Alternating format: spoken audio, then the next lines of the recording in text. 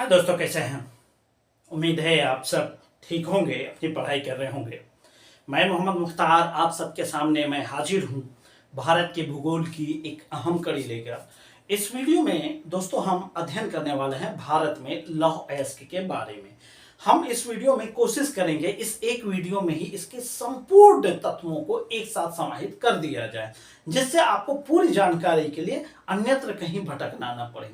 एक बात और दोस्तों, जैसा कि आप जानते हैं कि अभी मैं भारत के भूगोल पर ही वीडियो बना रहा हूं, लेकिन यह जो अध्याय है या जो टॉपिक है ये भारत के भूगोल के अलावे वर्ल्ड ज्योग्राफी में भी आता है और इसके अलावे साइंस वाले चैप्टर में भी इसको हम आप पाते हैं।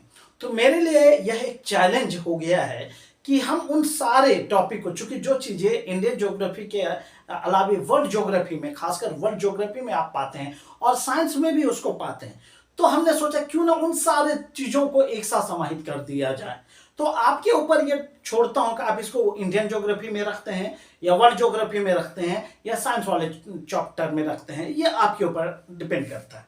क्योंकि जब मैं इस वीडियो में ही इनको समाहित करने का प्रयास करूंगा तो हो सकता है कि यह वीडियो थोड़ा बड़ा हो जाए, तो घबराइए मत, यह मैं आपके लिए ही कर रहा हूं।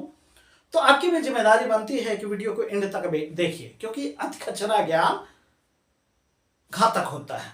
तो आप अधकचरा ज्ञान मत लीजिए, बल्कि पूरी ज्ञान लीजिए। इसके लिए जरूरी है कि आपको वीडियो को एंड तक देखना पड़ेगा। तो चलिए, बातें कभी होती रहेंगी, आते हैं मूल टॉपिक पे, भारत में लौह अयस्क। तो दोस्तों, भारत में लौह अयस्क के बारे में जानने से पहले आपके लिए जरूरी है कि पहले हमको खनिज समझना है। खनिज किसे कहते हैं या कितने प्रकार का होता है, तो मुख्यतः दो तत्वों को हम इसमें जानने वाले हैं। तो आइए पहले हम जानते हैं खनिज के बारे में। ठीक है, खनिज के बारे में जान लेते हैं,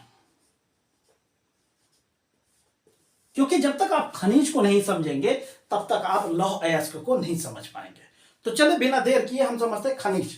तो पहले बताइए दोस्तों, खनिज कहते किसे हैं, तो इसे समझिए।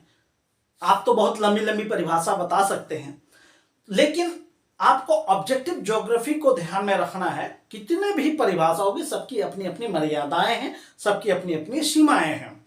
तो मैं उन सीमाओं के तहत ही कुछ बातें बताने का प्रयास कर रहा हूं। तो खनिज के बारे में सिंपल सा दो चार शब्द का एक फंडा या फिर कहें दो चार शब्द का एक वाक्य बता देना है।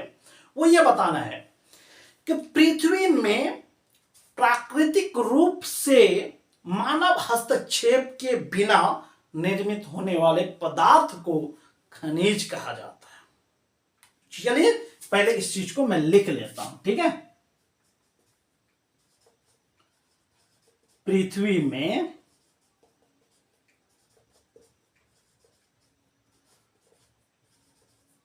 प्राकृतिक रूप से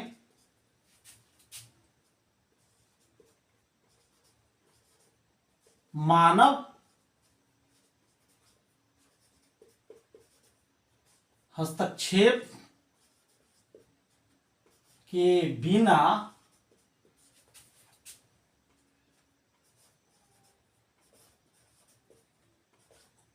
निर्मित होने वाले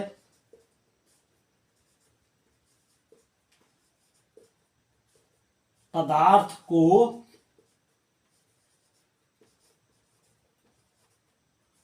खनिज कहा जाता है। ठीक है, एक वाक्य को, इस सिंपल सा वाक्य है, आराम से आप याद रख सकते हैं। दो तीन बार सिर्फ रिपीट कर लीजिए। खनिज किसे कहते हैं? पृथ्वी में प्राकृतिक रूप से। अब प्राकृतिक रूप से में ही क्लियर है, उसमें स्पष्ट हो जाता है, मानव हस्तक्षेप के बिना निर्मित होने वाले पदार्थ को खनिज कहा जाता है। एक दो बार से रिपीट कर लीजिए, आई होप कि आपको यह परिभाषा याद हो जाएगा। तो जब आप ये परिभाषा याद कर लेते हैं तो कितनी बातें उभर कर सामने आती है खनिज के लिए। तो खनिज के लिए दो तीन बातें, खासकर तीन बातें उभर कर सामने आती है कि किसी भी चीज को खनिज होने के लिए कितने शर्तों से होकर गुजरना पड़ता है, या उनके कौन कौन से लक्षण है उसको देखिए। आप इस वाक्य में ही वो सारे लक्षण को पाएंगे। पहला क्या है, देखिए इसका जो पहला है, पृथ्वी में। खनिज कहां पर होता है, पृथ्वी में या पृथ्वी के अंदर, ये आप बोल सकते हैं, पृथ्वी में या अंदर, पहला शर्त है। दूसरा क्या आप पाते हैं इसमें, प्राकृतिक रूप से, है ना, इसमें क्या पाते हैं, दूसरा शर्त क्या है, प्राकृतिक होता है। खनिज क्या होता है, प्राकृतिक होता है। तीसरा आप क्या देखते हैं, मानव हस्तक्षेप के बिना, यानी मानव हस्तक्षेप रहित होता है। तीसरा क्या आप महत्वपूर्ण तत्व इसमें पाते हैं, मानव हस्तक्षेप रहित होता है। तो खनिज में इतनी मूलभूत बातें पाई जाती है। खनिज में और भी बहुत सारी बातें आप जान सकते हैं, लेकिन मूलतः आपको यही 3 बातें उसमें आपको जानना पड़ेगा। अब खनिज किसे हैं कहते हैं, क्लियर हो गया। अब हम, चूंकि आप चाहें तो इनके स्क्रीनशॉट लेना चाहें ले सकते हैं, लिखना चाहें लिख सकते हैं, फिर हम बात करते हैं खनिज के प्रकार पर। और ये दोस्तों, अब हम जानते हैं खनिज के प्रकार पर।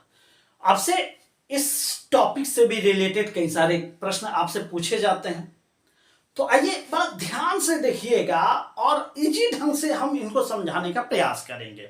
तो पहले प्रश्न यह उठता है कि खनिज कितने प्रकार के होते हैं, या खनिज के कितने प्रकार हैं। तो हम बता दें कि खनिज के मुख्यतः 3 प्रकार है। क्लियर है दोस्तों, खनिज कितने प्रकार के हैं, खनिज के मुख्यतः 3 प्रकार है। बहुत ही आसान ढंग से हम समझने वाले हैं। पहला जो प्रकार है वह है धात्विक खनिज का। पहला क्या है, धात्विक खनिज। दूसरा प्रकार है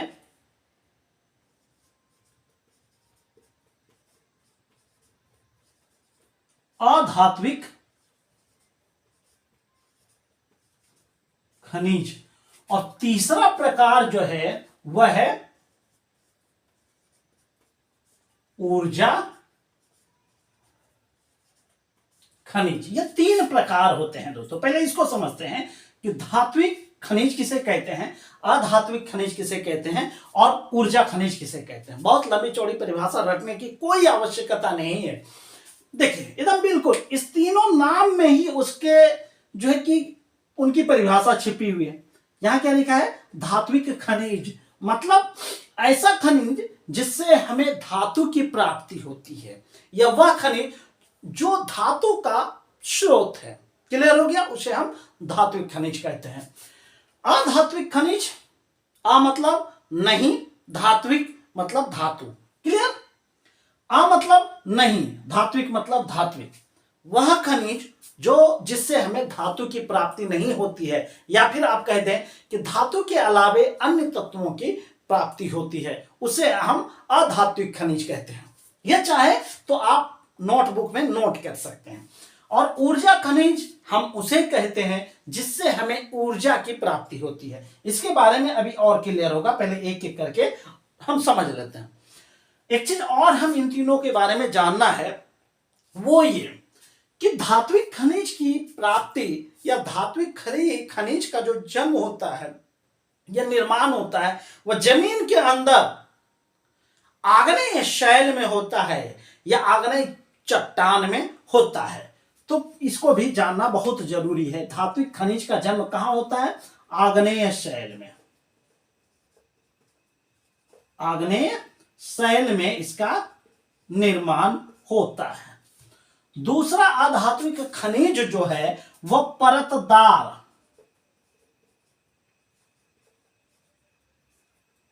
या फिर एक और नाम है, परतदार के अलावे उसका एक और नाम है अवसादी शैल में इसका निर्माण होता है। क्लियर। अब ये शैल क्या है इस पे भी लंबी चौड़ी परिभाषा बतानी है, वो हम वर्ल्ड ज्योग्राफी में इसको विशेष रूप से पढ़ेंगे, क्योंकि ये सारी चीजें अगर मैं यहां ही बता दूं तो वीडियो बहुत ज्यादा लंबा हो जाएगा और आप बोरिंग भी हो जाएंगे। तो चलिए शैल को हम यहाँ छोड़ते, सिर्फ नाम को जान लेते हैं। धात्विक खनिज का निर्माण आग्नेय शैल में होता है और अधात्विक खनिज का निर्माण परतदार या अवसादी शैल में होता है। वहीं ऊर्जा खनिज जो है वो स्थिर नहीं है। कई बार जो है यह ऊर्जा खनिज आग्नेय शैल में निर्मित होता है, कई बार यह परतदार शैल में निर्मित होता है। तो इसके बारे में आप कह सकते हैं यह आग्नेय और परतदार दोनों किसमें होता है, आग्नेय प्लस परतदार दोनों प्रकार के शैल में इसका निर्माण होता है। ये बातें हो गई मुख्य रूप से तीनों में प्रमुख अंतर। ठीक है, अब चलिए एक एक करके सारे को हम समझने का प्रयास करते हैं। देखिए, धात्विक खनिज के बारे में पहले हम जान लेते हैं, इसके बारे में और भी विस्तार से हमको जानना है, क्योंकि एक एक टॉपिक जो है ना दोस्तों बहुत ही इंटरेस्टिंग होने वाला है। ठीक है, खनिज को फिर से ध्यान से, खनिज को 3 भागों में बांटा गया है। वहीं धात्विक खनिज को भी 3 भागों में बांटा गया है। खनिज को 3 भागों में बांटा गया और धात्विक खनिज को भी 3 भागों में बांटा गया है। अब देखिए कौन कौन सा है, ये तो बिल्कुल इजी से नाम याद हो जाएगा।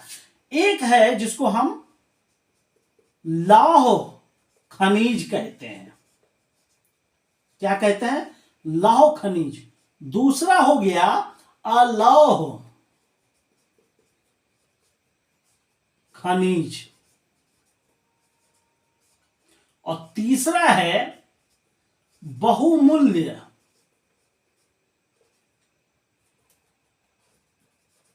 खनिज। बहुमूल्य खनिज, अब इसको भी हम समझ लेते हैं।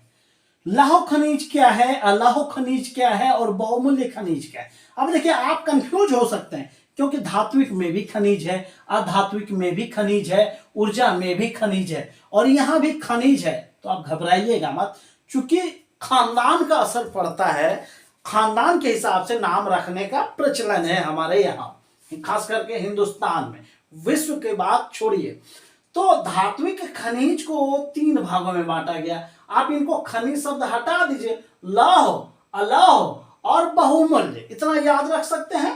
धात्विक खनिज 3 प्रकार के हो गए। अब देखिए लौह खनिज किसे कहते हैं, लौह खनिज हम उसे कहते हैं जो लोहे का स्रोत है, या जिस खनिज से हमें लोहे की प्राप्ति होती है उसे हम लौह खनिज कहते हैं। और अलौह खनिज जिससे हमें लोहे के अलावे अन्य चीजों की प्राप्ति होती है। मतलब अब यहां पे भी अधात्विक में है, जो धातु नहीं है, तो लेकिन इसमें वह धात्विक है लेकिन लोहे की प्राप्ति नहीं होती है। धात्विक में है मतलब लोहे के अलावे भी तो और से धातु है, उसकी प्राप्ति अलौह खनिज में होती है। और एक नाम में ही क्लियर है, बहुमूल्य, मतलब इसके अंतर्गत बहुमूल्य कॉस्टली सब खनिज की प्राप्ति होती है। अब कौन कौन से उसको हम देख लेते हैं। अब देखिए लौह खनिज क्लियर हो गया किसे कहते हैं। इसके अंतर्गत हम ट्रिक भी बताने वाले हैं याद रखने के लिए। इसके अंतर्गत क्या क्या पाया जाता है उसको देख लेते हैं हम। ठीक है, इसके अंतर्गत जो पाया जाता है, पहले तो लौह नाम में ही है, उसको हम लौह अयस्क बोल दें। जो इसके अंतर्गत पाया जाता है लौह अयस्क। दूसरा क्या पाया जाएगा, दूसरा पाया जाएगा मैंगनीज। लौह अयस्क, मैंगनीज, लौह अयस्क हम उसे कहते हैं जो जिससे हमें लोहे की प्राप्ति होती है। ठीक है, और तीसरा क्या पाया जाएगा, निकेल और कोबाल्ट। यह मुख्य रूप से इनमें से आता है लौह खनिज के अंतर्गत। ये चीजें इसलिए जानना जरूरी है क्योंकि ऑब्जेक्टिव प्रश्न में आपसे ये सब चीजें पूछा जाएगा। लौह खनिज का उदाहरण लौह अयस्क, ठीक है, मैंगनीज, निकेल, कोबाल्ट इत्यादि। अब इसको याद रखने का मैंने एक शानदार ट्रिक बनाया है, वो ट्रिक क्या है उसको देख लेते हैं। क्या है उसका ट्रिक, यहां पे लिख देते हैं ट्रिक। उसको बोलिए कलम निकाल, ये तो याद रख सकते हैं, कलम निकाल, ये ट्रिक है भाई साहब। अब कहेंगे इसमें कैसे इसका नाम आ जाएगा, देखिए बहुत इजी ढंग से। क से कोबाल्ट, ल से लौह अयस्क, म से मैंगनीज, निकाल निकेल। तो इस तरह यह ट्रिक से आप लौह अयस्क के उदाहरण को बता सकते हैं। उसी तरह हम अलौह खनिज के बारे में भी जानने वाले हैं। अलौह खनिज जिससे हमें लोहे के अलावे अन्य चीजों की प्राप्ति होती है। अब इसमें किसको किसको आप लीजिएगा, पहला तो जस्ता, सीसा, तांबा, ठीक है ना, और महत्वपूर्ण एक है बॉक्साइट। बॉक्साइट, ठीक है।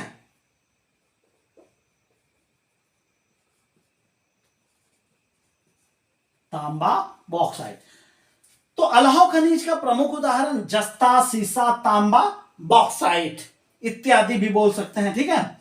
अब देखिए इसका भी एक ट्रिक हम बना देते हैं जिसको आपको याद रखने में आसानी होगी। वो ये है, इसको आप ट्रिक बना लीजिए, जस्ता बस्ता। इस तरह एक ट्रिक हो गया ये, जस्ता बस्ता, यहां कलम निकाल, जस्ता बस्ता। अब देखिए पहला नाम ही हमने जस्ता लिखा है, जस्ता में ही 3 नाम क्लियर जा रहा है, ज से जस्ता, सा से सीसा, ता से तांबा और बस्ता बॉक्साइट। तो इस तरह 2-3 बार आप रिपीट करेंगे तो ये चीजें क्लियर हो जाएगा।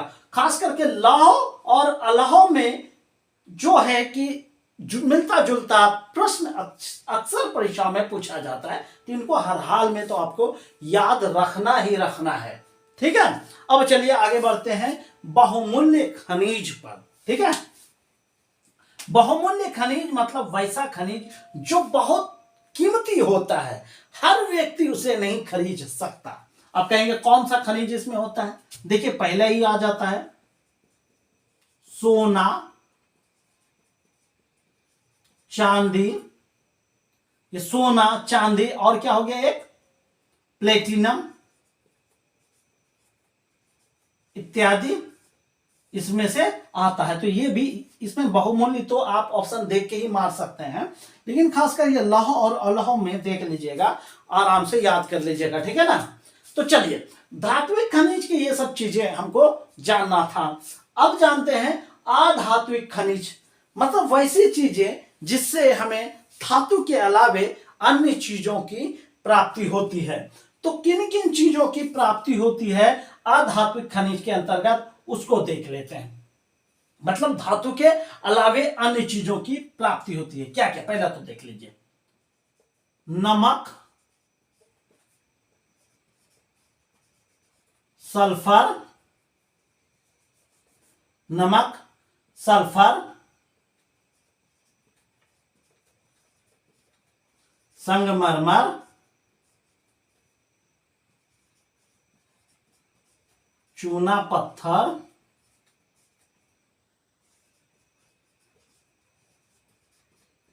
बलुआ पत्थर इत्यादि, ये सब चीजें अधात्विक खनिज के अंतर्गत आती है। और अगला है ऊर्जा खनिज, मतलब वह खनिज जिससे हमें ऊर्जा की प्राप्ति होती है। वह कौन कौन सा है ऊर्जा खनिज, मैंने पहले ही कहा कि इसके बारे में हम इसमें बताने वाले हैं। मतलब ऊर्जा पहले क्लियर कर लीजिए कौन कौन सा इसमें आता है। तो 3 प्रमुख खनिज इसके अंतर्गत आता है, वो कौन कौन सा आता है, कोयला, पेट्रोलियम और आता है प्राकृतिक गैस।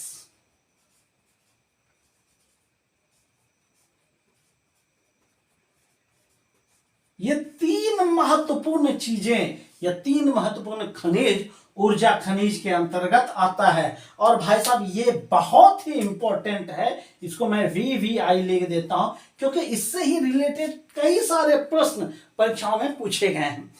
तो ऊर्जा खनिज और धात्विक खनिज को हर हाल में आपको याद कर लेना है। जब आप इन दोनों को याद कर लेंगे बाकी बचा तो अधात्विक खनिज ऐसे ही याद हो जाएगा। तो अब क्लियर हो गया खनिज किसे कहते हैं, खनिज के प्रकार। अब इनको चाहे आप स्क्रीनशॉट लेना चाहे ले सकते हैं, लिखना चाहे लिख सकते हैं क्योंकि ये बहुत ही इंपॉर्टेंट है। अब इनको आप स्क्रीनशॉट ले लीजिए, फिर हम आगे बात करते हैं।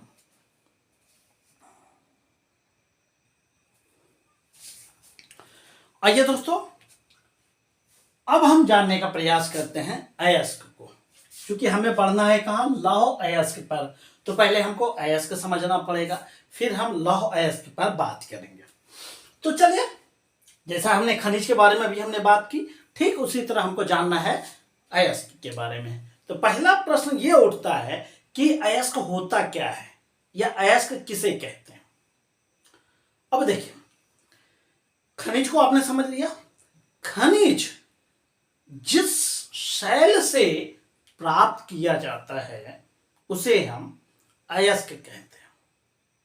पहले मैं लिख दो फिर बात करूं।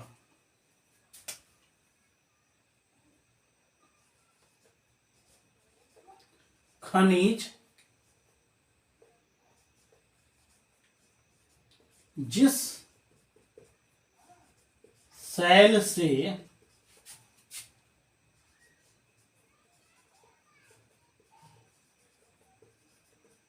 प्राप्त किया जाता है उसे अयस्क कहा जाता है। ठीक है, अब देखिए, खनिज की प्राप्ति जिस प्रकार के चट्टान से की जाती है या जिस प्रकार के पत्थर से की जाती है या जिससे प्राप्त की जाती है उसको अयस्क कहा जाता है। ठीक है, या फिर यूं कहें कि खनिज की प्राप्ति जिससे होती है उसे हम अयस्क कहते हैं। इतना क्लियर हो जाएगा। अब अयस्क को समझने के लिए और एक दो उदाहरण हम देख लेते हैं। जैसे लोहा की प्राप्ति हम किससे करते हैं, इसको प्राप्ति हम करते हैं लौह अयस्क से। ठीक है, लोहा की प्राप्ति लौह अयस्क से होती है। उसी तरह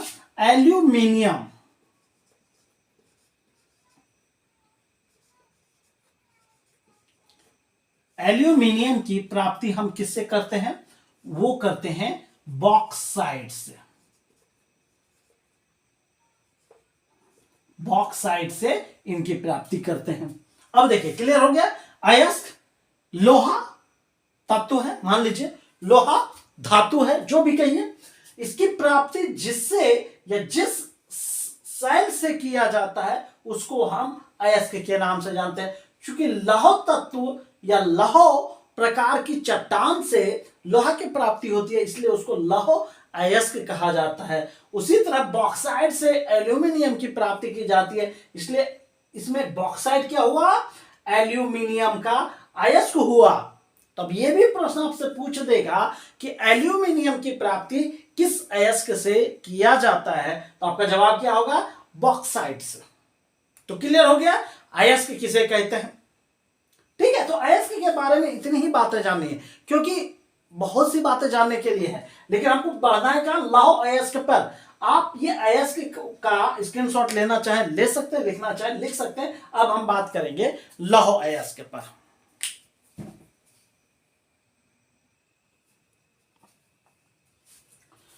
आइए दोस्तों, अब हम लौह अयस्क के प्रकार पर बात कर लेते हैं। अब हम उस पड़ाव पे पहुंच चुके हैं जहां हम मूल बातें या फिर भारत में लौह अयस्क के बारे में जो हम बात करने वाले थे, अब हम पहुंच चुके हैं उसी टॉपिक पर। अभी तक सिर्फ हमने उसका बैकग्राउंड बांधा था, तो आइए इसको बड़ी बारीकी से समझने का हम प्रयास करते हैं। ठीक है।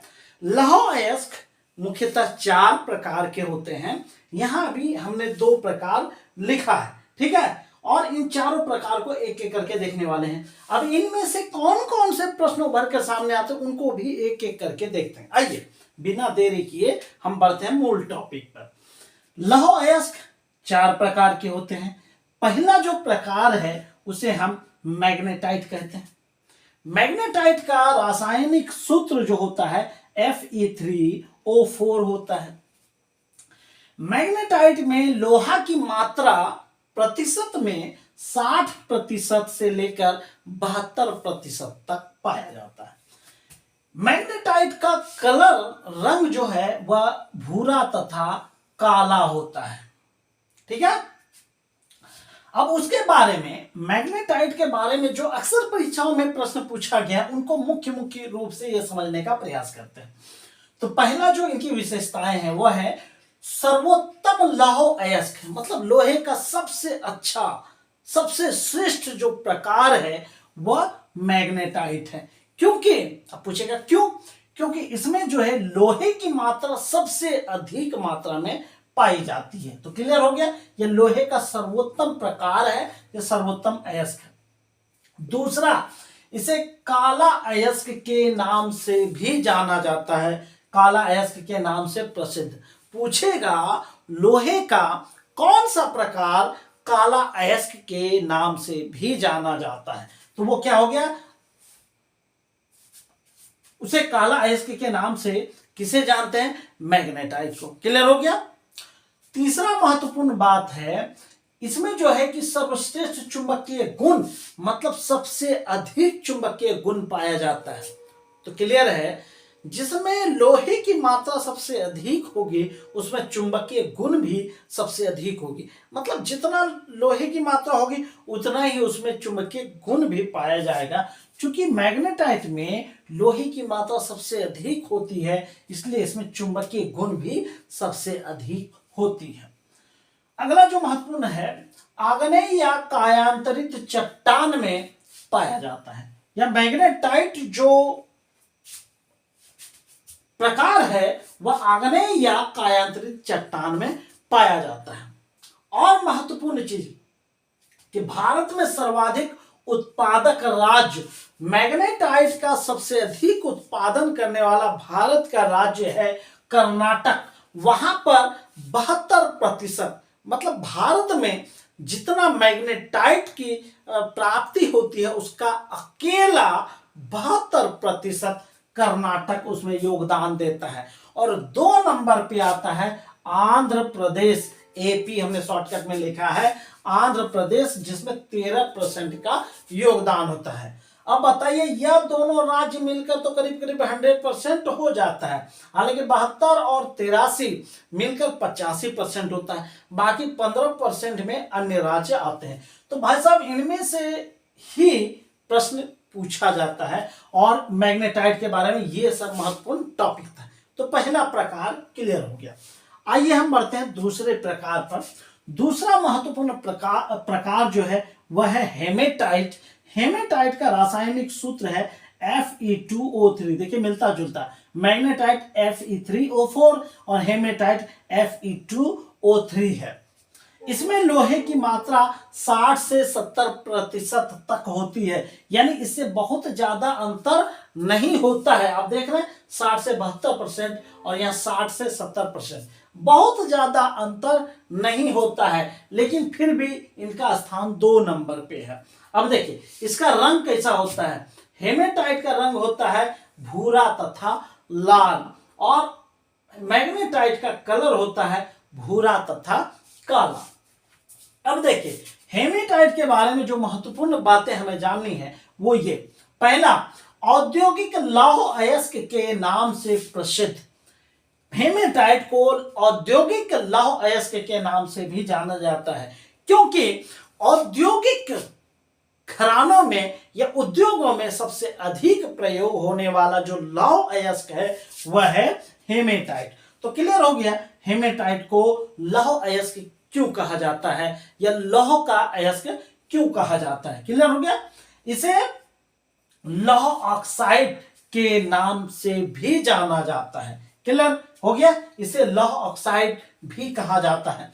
तीसरा जो महत्वपूर्ण बातें हैं, भारत का सर्वाधिक उत्पादक राज्य, मतलब हेमेटाइट के सबसे अधिक उत्पादन करने वाला राज्य भारत में जो है वह है ओडिशा। और चौथा और महत्वपूर्ण बातें जानना है हेमेटाइट के बारे में कि हेमेटाइट जो उसकी प्राप्ति होती है वह पृथ्वी के अंतर्गत धारवाड़ क्रम की चट्टानों में इसकी प्राप्ति होती है। तो ये दो प्रकार हैं, इनका आप स्क्रीनशॉट लेना चाहे ले सकते हो, बड़ी ध्यान से इनको याद कीजिएगा। चलिए इनका स्क्रीनशॉट ले लीजिए, फिर और भी बात करनी है। आइए दोस्तों जल्दी जल्दी और दो प्रकार को हम देख लेते हैं। लोहे का जो तीसरा प्रमुख प्रकार है उसको हम लिमोनाइट के नाम से जानते हैं। लिमोनाइट का रासायनिक सूत्र होता है 2Fe2O3 3H2O। ठीक है, इसमें लोहे की मात्रा जो होती है वह 35% से लेकर 50% तक होती है। इसका रंग यानी इसका कलर जो होता है वह गहरा भूरा तथा पीला होता है। इसकी विशेषताएं जो है, इसकी भी विशेषताएं हैं। लिमोनाइट को हाइड्रेटेड आयरन ऑक्साइड के नाम से भी जाना जाता है और यह जो है भारत में मुख्य रूप से पश्चिम बंगाल, उत्तराखंड, उत्तर प्रदेश और हिमाचल प्रदेश में पाया जाता है। इसके बारे में बहुत सी चीजें जानने की आवश्यकता नहीं है, ये दो चीजें ही बहुत है। लोहे का चौथा और अंतिम प्रकार होता है उसको हम सीडेराइट के नाम से भी जानते हैं। सीडेराइट का जो रासायनिक सूत्र होता है वह Fe3CO3 होता है। इसमें लोहे की मात्रा 10% से लेकर 40% तक होता है और सीडेराइट का कलर जो होता है वह केवल भूरा कलर होता है। अब देखिए इसमें क्या होता है कि लोहे की मात्रा, इसकी विशेषता के बारे में देखिए, इसमें लोहे की मात्रा सबसे कम होती है, इसलिए इसको निम्नतम प्रकार का लौह अयस्क कहा जाता है। अब देखिए ये चीजें आपको महत्वपूर्ण इसलिए है, अब देखिए परीक्षा में प्रश्न पूछ देगा निम्नलिखित में से कौन सा प्रकार लोहे का निम्नतम प्रकार है। ऑप्शन में पहला, दूसरा, तीसरा दे देगा, चौथा इनमें से कोई नहीं दे देगा, तो आप तो कहेंगे भाई सीडेराइट है सबसे निम्नतम प्रकार। तो प्रश्न पूछ रहा है इनमें से, तो इनमें से मतलब सीडेराइट को छोड़ा जाए तो सबसे निम्नतम प्रकार लिमोनाइट ही होगा ना, क्योंकि इसमें 35 से 50% के बीच ही लोहे की मात्रा होती है। पहले तो प्रकार में 60 से 72 और 60 से 70% आपने देखा। तो इस चीज को बड़ी ध्यान से देखिएगा, अगर इस चार प्रकार में से पूछे निम्नतम प्रकार का लौह अयस्क सीडेराइट होता है। और इसको देखिए आयरन कार्बोनेट के नाम से भी सीडेराइट को जाना जाता है। तो यहां तक कोई दिक्कत नहीं, चार प्रकार को हमने विस्तार से समझ लिया। इसको आप स्क्रीनशॉट लेना चाहे ले सकते हैं, लिखना चाहे लिख सकते हैं, क्योंकि अब लौह अयस्क को वर्ल्ड पैमाने पर, विश्व स्तर पर हम देखेंगे अभी तुरंत।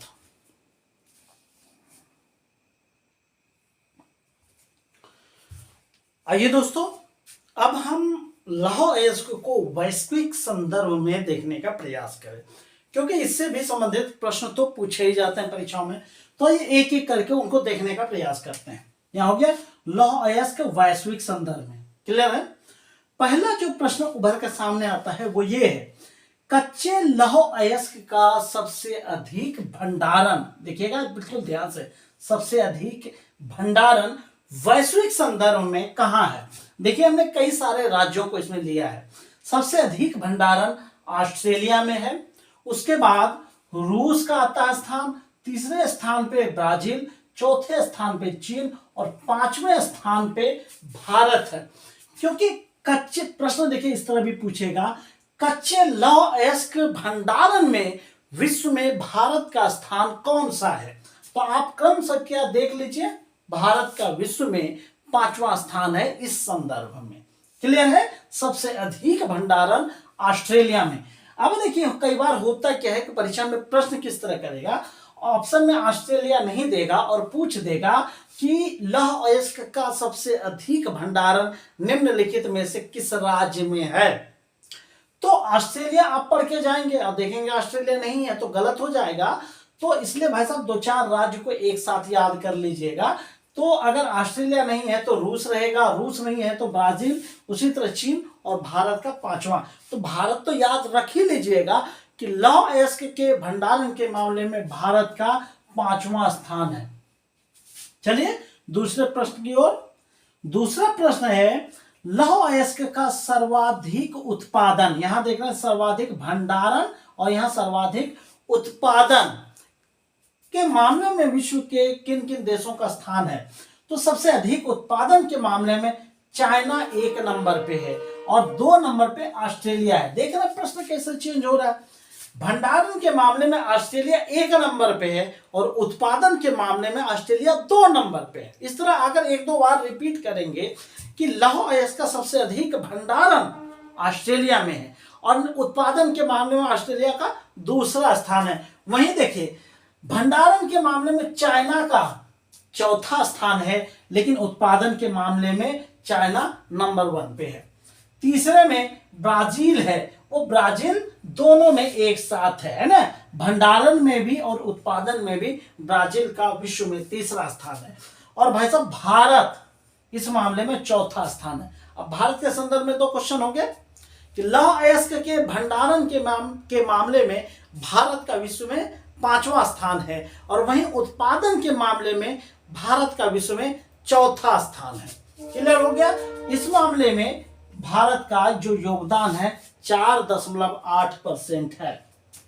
चलिए अगला प्रश्न देखते हैं। लौह अयस्क का सर्वाधिक उत्पादक राज्य, अब हम भारत की ओर बढ़ते हैं कि भारत में सबसे अधिक उत्पादन लौह अयस्क का जो करता है वो कौन सा राज्य है। इसमें भी हमने 3 राज्यों का नाम दिया है। सबसे अधिक उत्पादन करने वाला राज्य में पहला स्थान ओडिशा का है, दूसरा स्थान छत्तीसगढ़ का है और तीसरा स्थान कर्नाटक का है। ओडिशा, छत्तीसगढ़ और कर्नाटक। ठीक है। अब आइए अगला प्रश्न देखते हैं।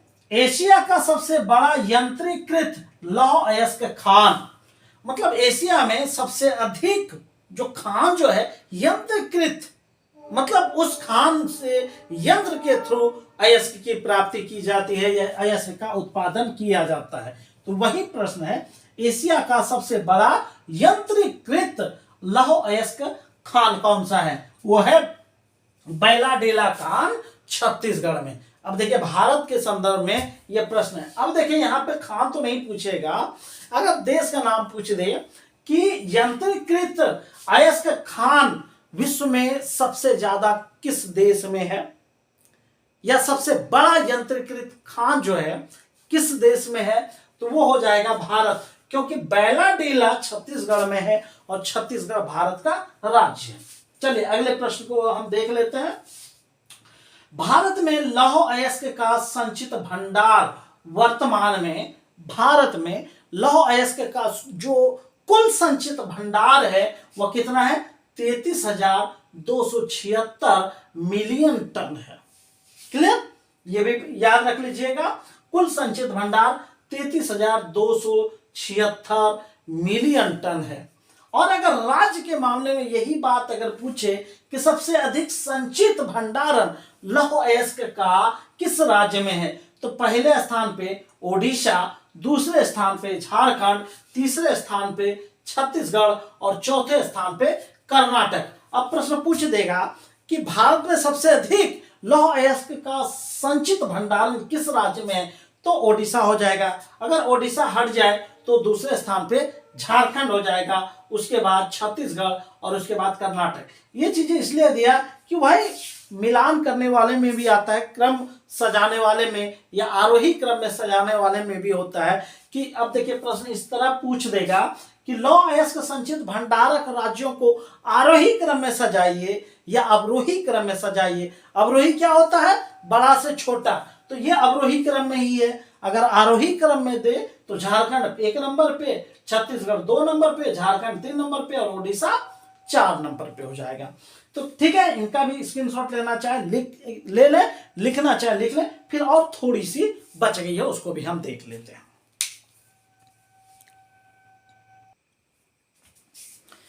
आइए दोस्तों, इस वीडियो के एंड की ओर हम बढ़ रहे हैं, लेकिन महत्वपूर्ण टॉपिक को ये जान लेते हैं। भारत में लौह अयस्क की पेटियां, जो भारत में लौह अयस्क की प्रमुख पेटियां हैं, उनमें से जो प्रमुख है उनको आप देख लीजिए। 1 नंबर पे है ओडिशा झारखंड पेटी, ठीक है। दूसरा दुर्ग बस्तर चंद्रपुर पेटी। तीसरा बेल्लारी चित्रदुर्ग चिकमंगलूर तुमकुर पेटी। और चौथा है महाराष्ट्र गोवा पेटी। तो इस तरह दोस्तों हमने इस एक वीडियो में ही जो है कि लौह अयस्क के बारे में संपूर्ण अध्ययन प्रस्तुत किया है। तो वीडियो कैसा लगा आप कमेंट करके जरूर बताइए। अगर आप हमारे चैनल पर नए हैं तो इस चैनल को सब्सक्राइब कीजिए, वीडियो को लाइक कीजिए और जितना ज्यादा से ज्यादा दोस्तों में इसे शेयर कीजिए, क्योंकि हमने कई बार ये कह दिया है, कई बार हमने इस बात को रिपीट किया है, ये हमारी एक मुहिम है उन सारे दोस्तों के लिए, उन सारे लोगों के लिए जो पैसे के अभाव में, सुविधाओं के अभाव में अपनी पढ़ाई को बीच में छोड़ देते हैं। तो हमारी कोशिश देखते हैं कितना रंग लाता है, कितने लोगों को प्रभावित करता है, कितनी जिंदगी को प्रभावित करता है। अगर किसी एक व्यक्ति की जिंदगी बन गई हमारी मेहनत से, तो हमारा जीवन सार्थक हो जाएगा। तो चलिए मिलते हैं किसी और वीडियो में, तब तक के लिए थैंक यू। जय हिंद, जय भारत।